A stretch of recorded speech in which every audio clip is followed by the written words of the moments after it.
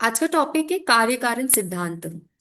कार्य कारण सिद्धांत यानी कि कार्य और कारण में संबंध क्या होते हैं। तो ये टॉपिक को आज अच्छे से समझते हैं। सबसे पहले जानेंगे कि कार्य कारणवाद होता क्या है। कार्य मतलब तो हमें पता है, कर्म करने की स्थिति को कार्य बोलते हैं। कारणवाद क्या होता है? कोई भी कर्म कर रहे हैं तो उसका रीजन क्या है, वो हो गया कारणवाद। अब कार्य कारणवाद संबंध क्या होते हैं? तो भारतीय दर्शन में विभिन्न कार्य कारण सिद्धांतों को बताया गया है। जो भी हमने स्कूल्स ऑफ थॉट्स देखे थे, सबके डिफरेंट डिफरेंट कंसेप्ट्स हैं। उनके कार्य कारण सिद्धांत, कुछ लोग बोलते हैं कि कारण होते हैं कार्य के लिए, और कुछ दार्शनिक बोलते हैं कि कारण का कोई जरूरत नहीं है, कार्य जो होता है अपनी मर्जी से होता है। तो अलग अलग तरीके के सिद्धांत है, और जिसको समझने से हमारी जो कर्म के कॉन्सेप्ट है वो बहुत ही क्लियर हो जाएंगे। और इसके अलावा जो सिद्धांत, जिस प्रकार से आप पे समझा गया है, सिद्धांत की भी जो बातें हैं वो समझ आ जाएंगी। सत्कार्यवाद के बारे में भी पहले पढ़ा था, तो सत्कार्यवाद का ज्ञान यहाँ पे पता चलेगा। सत्कार्यवाद, फिर असत्कार्यवाद, फिर परिणामवाद क्या होता है, फिर विवर्तवाद क्या होता है, ये सब में मतभेद कैसे होते हैं, ये सारी चीजें हम जान सकेंगे। उसके बाद कार्य कारणवाद के अंतर्गत जो स्वभाववाद और प्रतीत्य समुत्पाद है, वो सब भी हम लोग इस कंसेप्ट में समझ पाएंगे। बट आज का टॉपिक सिर्फ यही रहेगा, सत्कार्यवाद का। सत्कार्यवाद क्या होता है इतना ही समझने की कोशिश करेंगे। तो किसी भी कार्य को देखने से ये पता चलता है कि इस कार्य का कोई कारण जरूर होगा। कि हमेशा लगता है कि कोई भी कार्य हो जाए, अगर बच्चा शैतानी भी करके आ जाए घर से जल्दी, तो मम्मी उसको वही पूछती है कि इतनी जल्दी कैसे आ गए। तो फिर समझ आता है कि इसने शैतानी की है और कुछ हुआ है। तो कोई भी कारण का देखा जाए तो कोई भी कार्य का देखा जाए तो कारण होता है। हमारे आसपास भी जितने भी कारण हैं वो ऐसे ही नहीं होते, उसका उसका कोई नहीं कोई उसका वजह होता है। तो जो उत्पन्न होता है वो है कार्य। जो चीजें आपको दिख रही है वो है कार्य। जो आपको नहीं दिख रही है, जो उत्पन्न करवा रहा है, उसको बोलते हैं कारण। तो यहाँ पे जो चीज सबसे ज्यादा विजिबल होती है वो होती कार्य, और जो विजिबल नहीं होती है वो है कारण। क्योंकि हम उस चीज को देखते नहीं है, कारण को हम देखते नहीं है, हम सिर्फ कार्य देखते हैं। जो बच्चा कितनी पढ़ाई कर रहा है हम नहीं देखेंगे, हम सिर्फ रिजल्ट देखेंगे। रिजल्ट में पास है तो वो इंटेलिजेंट है, रिजल्ट में फेल है तो वो इंटेलिजेंट नहीं है। तो ये दुनिया का नियम ही है कि सिर्फ कार्य देखा जाता है, कारण को देखा नहीं जाता। बट यहाँ पे दार्शनिकों के रूप में कारण भी बहुत इंपॉर्टेंट है। कारण को भी देखना चाहिए, उनका कहना है कि कारण को भी देखना चाहिए। क्योंकि अगर कारण देखोगे तो कार्य सिद्ध हो रहा है कि नहीं, कार्य पूर्ण हो रहा है कि नहीं, वो सारी चीजें भी समझ आ जाएगा।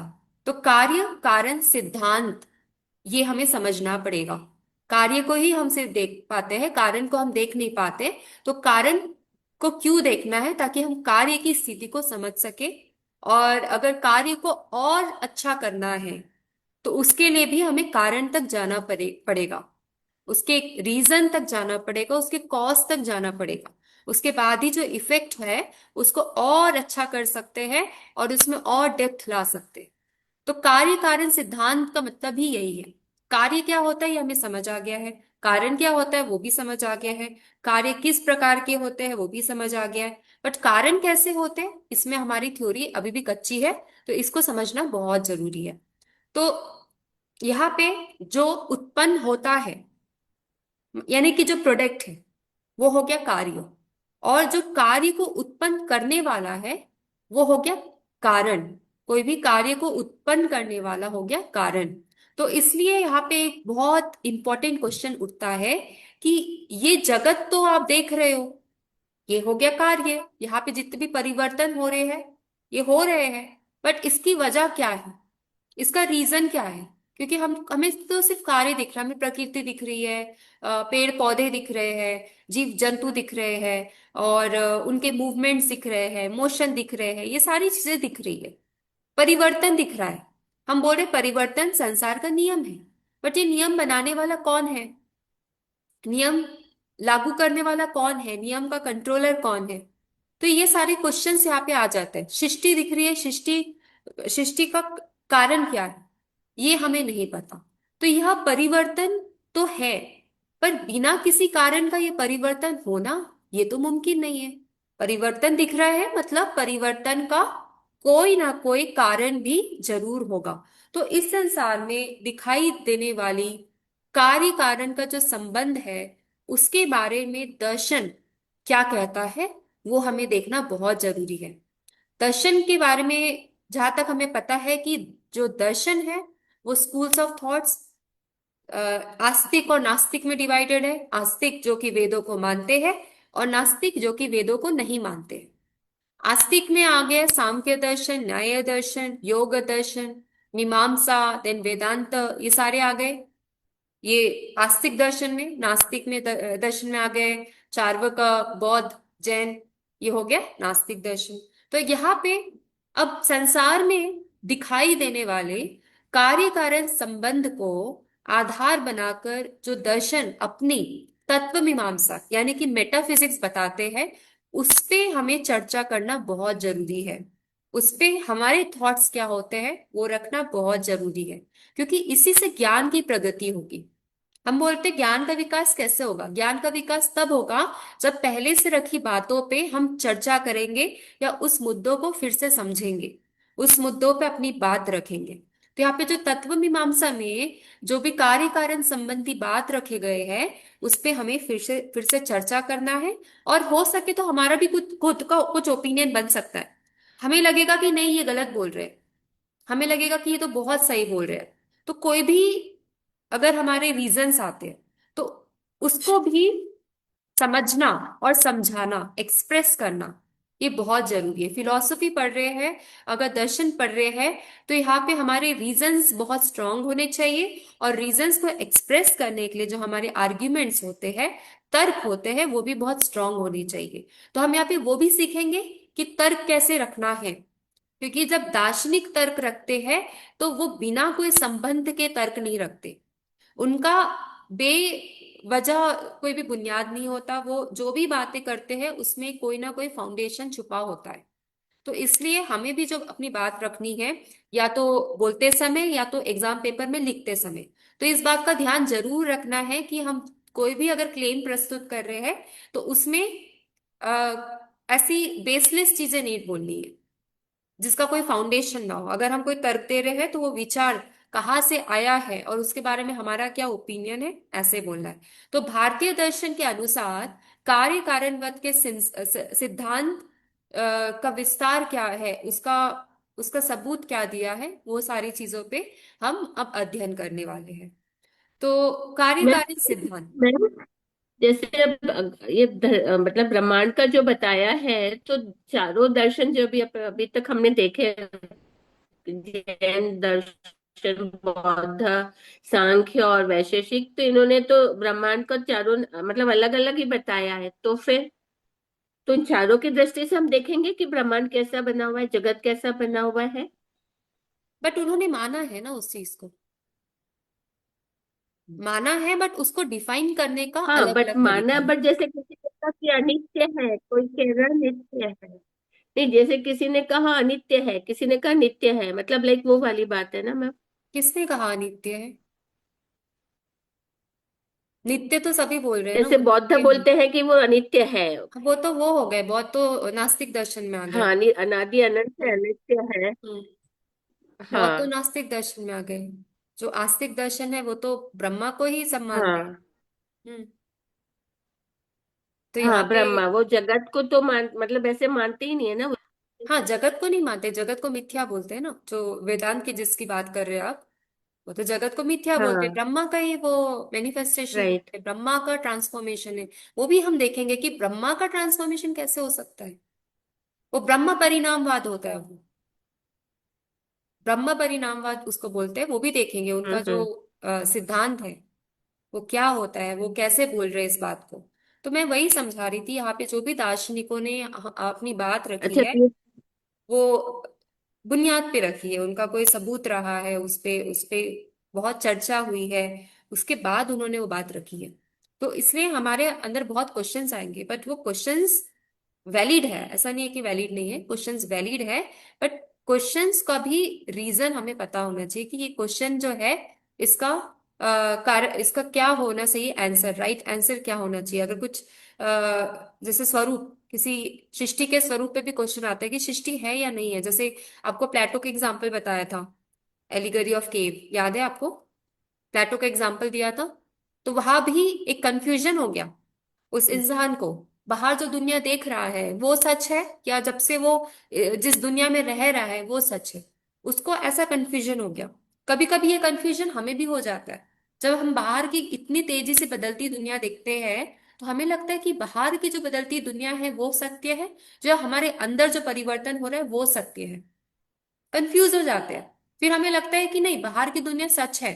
फिर हमें क्वेश्चन आता है कि फिर हमारी अंदर की दुनिया का क्या, क्या वो सत्य नहीं है?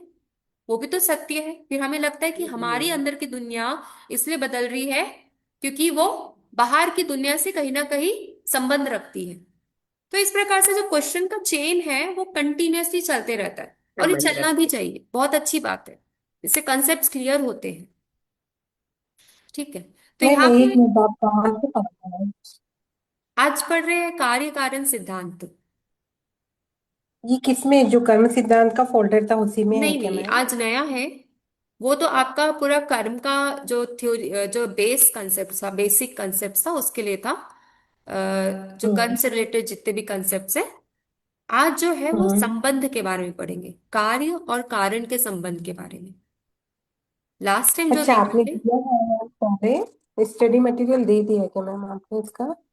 नहीं नहीं, इसका मुझे देना है क्योंकि इसमें पूरी अंडरलाइन नहीं हुई है, हाईलाइट कोई नहीं बात किया नहीं। गया है। मैं हम्म। पूछ रही थी मैम, टैबलेट में खोलना था ना इसलिए। हाँ हाँ, ठीक है। तो हाँ, तो आते हैं कार्य कारण सिद्धांत में। इसमें पहला क्वेश्चन आता है कि कार्य कारण संबंध क्या है। क्या कार्य कारण से पूर्ण रूप में अभिन्न है, या दोनों परस्पर भिन्न है? क्या दोनों डिफरेंट है, या दोनों में सेमनेस है? ये क्वेश्चन आता है। फिर क्वेश्चन आता है कि कार्य किसी भावात्मक कारण से उत्पन्न होता है या अभावात्मक कारण से। क्या उसमें कोई भाव जुड़ा होता है, या बिना भाव के भी कारण, और यानी कि कार्य कारण से उत्पन्न हो जाता है? फिर एक सवाल आता है कि कार्य की उत्पत्ति की प्रक्रिया क्या है। अगर कार्य उत्पत्ति हो रहा है तो उसकी प्रक्रिया क्या है, यानी कि प्रोसेस क्या है उसका। तो इस प्रकार के क्वेश्चंस कार्य कारण सिद्धांत में आते हैं। और इसमें जो मुख्य सिद्धांत रहे हैं वो पहले जान लेते हैं। सत्कार्यवाद, ये सांख्य के सिद्धांत रहे हैं। सत्कार्यवाद, जैसे कि मैंने पहले भी बताया था, सत्कार्यवाद मतलब क्या, सत्य है जो इफेक्ट जो दिख रहा है, जो कारण कार्य जो दिख रहा है वो सत्य है। वो सत्य है, और वो कार्य जो है वो कारण से ही आया है। जो इफेक्ट जो है वो कॉज से ही आया है। जैसे मिट्टी का घड़ा मिट्टी से आया है। तो ये हो गया सत्कार्यवाद, और इसको जो देने वाले हैं वो है सांख्य और योग दर्शन।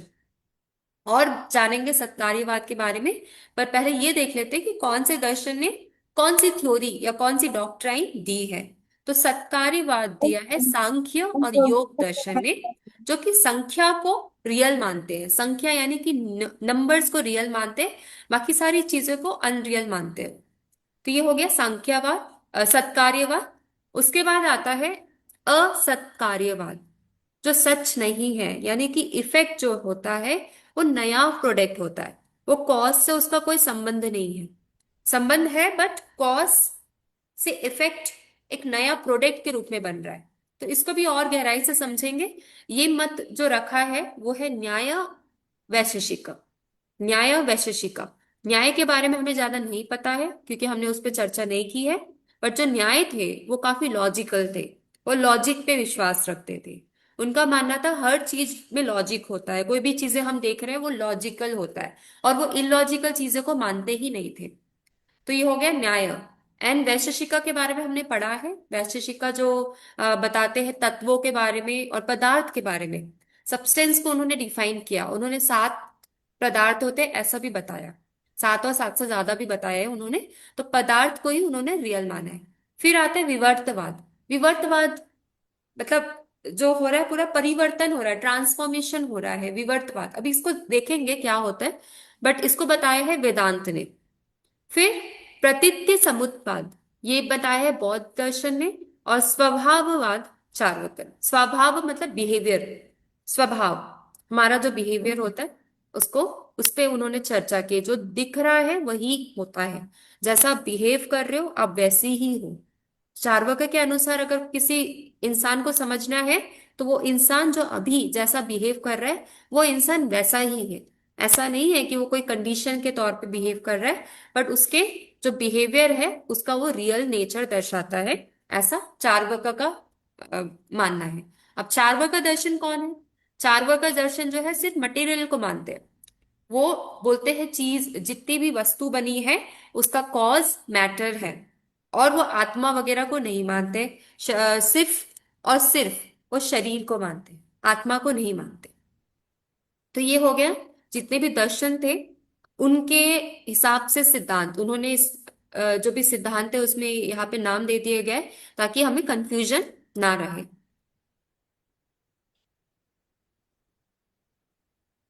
तो देखिए, सत्कार्यवाद में सत्य से सत्य की उत्पत्ति यानी कि अभिव्यक्ति होती है, ऐसा सांख्य सिद्धांत कहता है।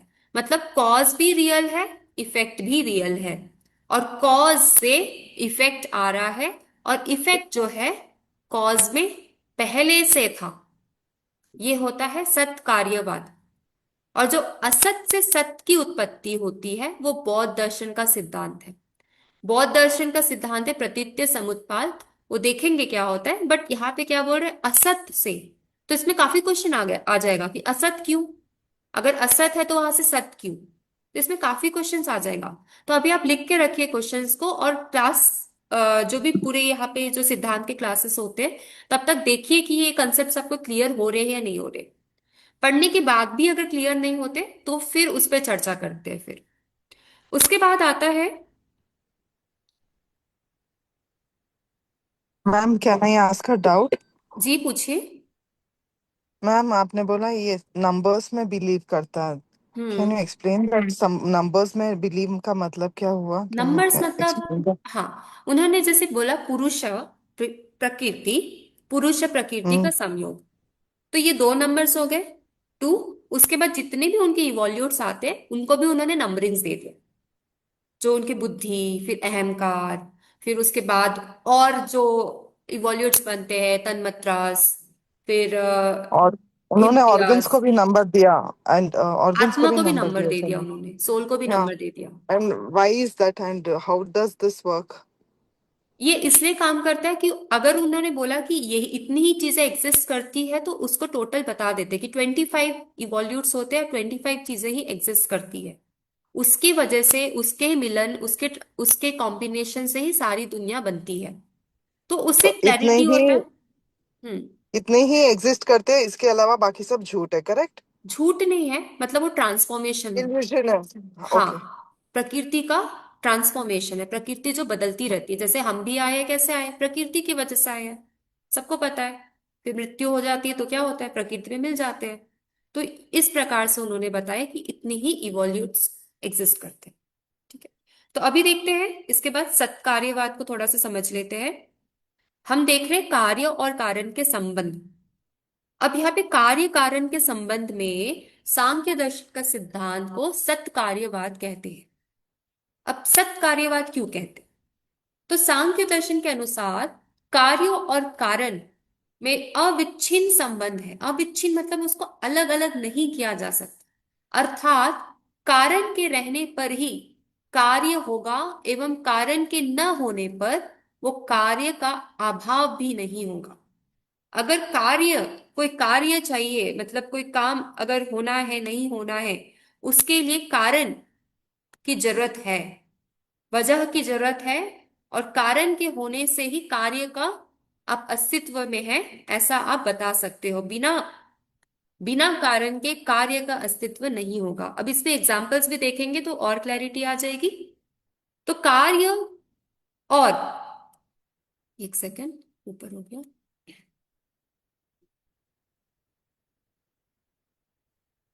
कार्य और कारण का संबंध अबिना भाव कहलाता है, अर्थात एक के ना होने पर दूसरे का भाव नहीं हो सकता।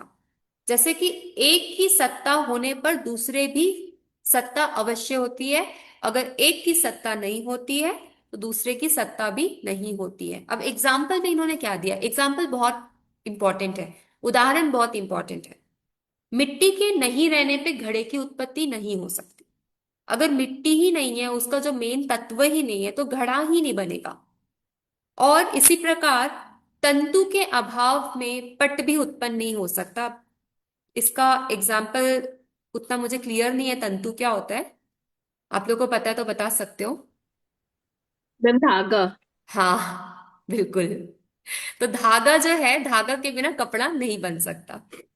ठीक है, तो ये दो एग्जाम्पल जो है ये बेस्ट एग्जाम्पल है जो कि सांख्य दर्शन में दिया गया है। एक तो थ्रेड एंड ड्रेस का एग्जाम्पल, और दूसरा जो है मिट्टी और घड़े का एग्जाम्पल। और अ, ये भी बोलते हैं कि जो कारण जो है वो सत्य है और इसी के कारण उत्पन्न होता है। अगर कारण सत्य नहीं होता, यानी कि अगर कारण झूठ होता, कारण जो होता अगर जैसे उत्पन्न हो रहा है, उत्पन्न होने के बाद वो बिखर जाता है या खत्म हो जाता बिना कोई कार्य प्रोड्यूस किए, तो वो कारण सत्य नहीं होता। कारण का नेचर ही है कि उसको कार्य को उत्पन्न करना है, ये कार्य कारण का नेचर है, ऐसा उनका मानना है। मतलब जरा सोचिए, ये बोल रहे हैं कि जो कारण है बिना कार्य को उत्पन्न किए बिना उसका कारण का अस्तित्व नहीं रहेगा। मतलब अगर कोई भी कॉज आ रहा है, any causes in this world, कोई भी कारण आ रहा है तो उसका क्या होगा, उसका आगे कार्य होगा। बिना वो कार्य किए वो अस्तित्व में नहीं रह सकता। अगर हम भी एज अ कारण हम खुद को समझेंगे तो आगे कुछ ना कुछ करना है जिससे कि कार्य उत्पन्न हो। आइडियल बैठेंगे, बोलेंगे आइडियल बैठेंगे हम तो कुछ कार्य करेंगे ही नहीं, वो भी एक कार्य है। डूइंग नथिंग, हम कुछ भी नहीं करेंगे ऐसे ही बैठ जाएंगे, शांति से बैठ जाएंगे, वो भी एक कार्य होता है। कुछ लोग बोलेंगे मेडिटेशन है, कुछ लोग बोलेंगे टाइम पास है, बट वो भी एक प्रकार का कार्य होता है। तो ये बहुत ही अच्छी वाली जो फिलॉसफी हम जिसे बोल सकते हैं कि कारण की होने के बाद ही कार्य का उत्पन्न होना होगा, और कारण नहीं होगा तो कार्य भी उत्पन्न नहीं होगा। अगर हम कोई चीजें सोचेंगे नहीं, समझो कि आप आपने सोचा ही नहीं किसी के बारे में, ठीक है, और वो हो गया आपके साथ, वो हो गया, उसका कोई कारण नहीं है, तो ये प्रूफ करना थोड़ा मुश्किल है। ये साइंस भी इस चीज को नहीं मानता। साइंस भी बोल रहा है आजकल कि कॉन्शियसनेस में कही गई बात या सोची गई बात वही अल्टीमेटली आपको दिखती है। कहीं ना कहीं आप सोचते हो, कोई थॉट्स आपके दिमाग में आता है या कहीं से लाया जाता है, वही आपके फिर कार्य में दिखती है। बचपन में पेरेंट्स बोल देते हैं कि स्कूल जाना पड़ेगा, तो वो चीजें फिर आ जाती है कि आप स्कूल जाते हो। या अगर किसी के पेरेंट्स ने बोला स्कूल नहीं जाना है, वो नहीं हो सकता, फिर वो भी देखते हो कि वो बच्चा जो है स्कूल नहीं जा पा रहा है या कुछ। बट अगर बच्चे ने सोचा कि नहीं स्कूल जाना है तो अल्टीमेटली हो जाता। आप इसको इंटेंशन बोलो, आप इसको सोच बोलो, एक विचार बोलो, जो भी है, तो वो कारण की वजह से कार्य होता है। इस प्रकार की थ्योरी सांख्य दर्शन रखता है। और यहाँ पे सबसे जो बढ़िया एग्जाम्पल है और सबसे जो इम्पोर्टेंट है वो है प्रकृति को समझना। प्रकृति के उत्पन्न होने वाले महत्व, यानी कि बुद्धि, प्रकृति होती है, प्रकृति से फिर महत्व का उत्पन्न होता है। महत्व से अहंकार आदि कार्य अपनी उत्पत्ति से पूर्व प्रकृति में अव्यक्त रूप में विद्यमान रहते हैं। अब इसका क्या मतलब हो गया, इसका मतलब ये हो गया कि प्रकृति से जो कुछ भी चीजें आ रही है एज अ परिवर्तन होके आ रही है, वो पहले से ही प्रकृति में एग्जिस्ट थी। अहंकार, बुद्धि, ज्ञानेंद्रिय, कर्मेंद्रिय, जो भी चीजें एज एन इवोल्यूट निकल रही है वो पहले से ही प्रकृति में सम्मिलित थी। और क्योंकि कुछ कंडीशंस उसमें अप्लाई होता है, पुरुष का वहां से कांटेक्ट होता है जिससे कि गुणों, जो गुण होते हैं, गुण को डिस्ट्रीब्यूशन होता है, उनका इक्विलिब्रियम स्टेट बिगड़ता है। इसी वजह से जो बाकी की चीजें हमें दिखती है वो इसी वजह से दिखती है। बट यहाँ पे सबसे इंपॉर्टेंट ये समझना है कि प्रकृति से जो भी चीजें निकल रही है वो पहले से ही प्रकृति में छुपी होती है। मतलब प्रकृति हो गया कारण, और जो भी चीजें निकल रही है, उत्पन्न हो रही है, वो हो गया कार्य। तो इतना सही इसमें डिफरेंस समझना है। अब यहाँ पे ओके, 10 मिनट्स है। तो यहाँ पे भगवत गीता में श्री कृष्ण कहते हैं, ना सतो विद्यते भावो, न भावो विद्यते सतः।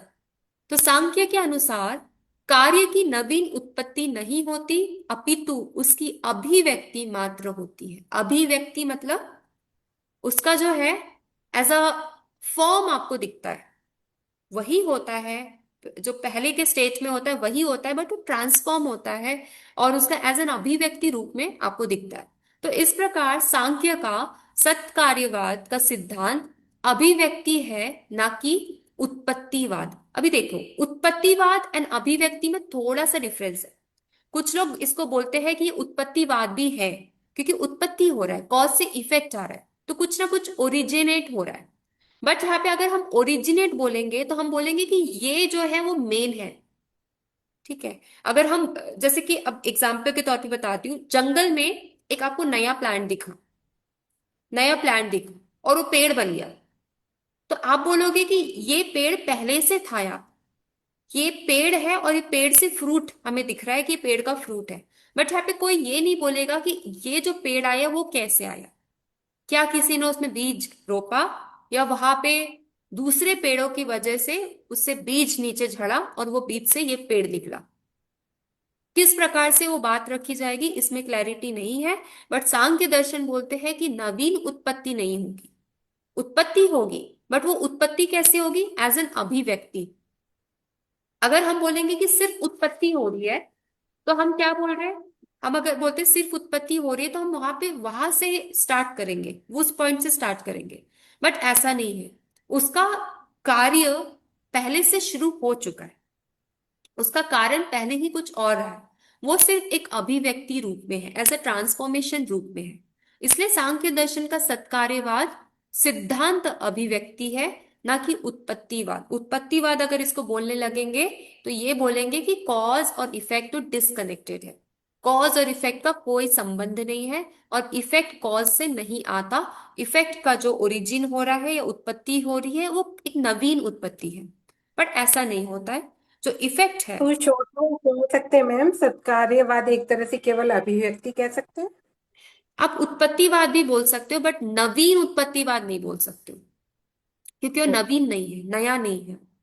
बट हाँ, बेस्ट ये रहेगा कि इसको अभिव्यक्तिवादी बोले, क्योंकि कंफ्यूजन नहीं रहेगा फिर। नहीं तो वो कंफ्यूजन हो जाएगा ना कि इफेक्ट आ रहा है तो वो कॉज से क्यों आ रहा है, उसका क्या कनेक्शन है। बट यहाँ पे सांख्य दर्शन बोल रहे हैं कि नहीं, इफेक्ट आ रहा है, कुछ कारण कार्य दिख रहा है, तो उसका कॉज से बहुत ज्यादा इफेक्ट है, कॉज की वजह से ही वो चीजें आ रही है। अगर कारण नहीं होता तो कार्य भी नहीं आता। अभी इसको समझने में देखिए, डिफिकल्टीज मैं बताती हूँ कहाँ आ सकती है। 3 पॉइंट में यहाँ पे डिफिकल्टीज आ सकती है।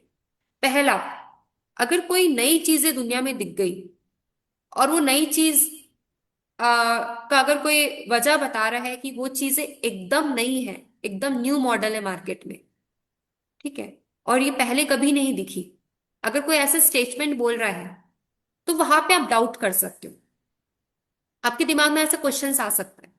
नहीं तो ये मार्केटिंग का तो एक टेक्निक ही होता है ना कि ये तो एक नई मॉडल है, ये आपको कहीं मार्केट में दिखेगी नहीं। यहाँ पे आप डाउट कर सकते हो, और वहां पे आप कंपैरिजन करके क्रॉस चेक भी कर सकते हो।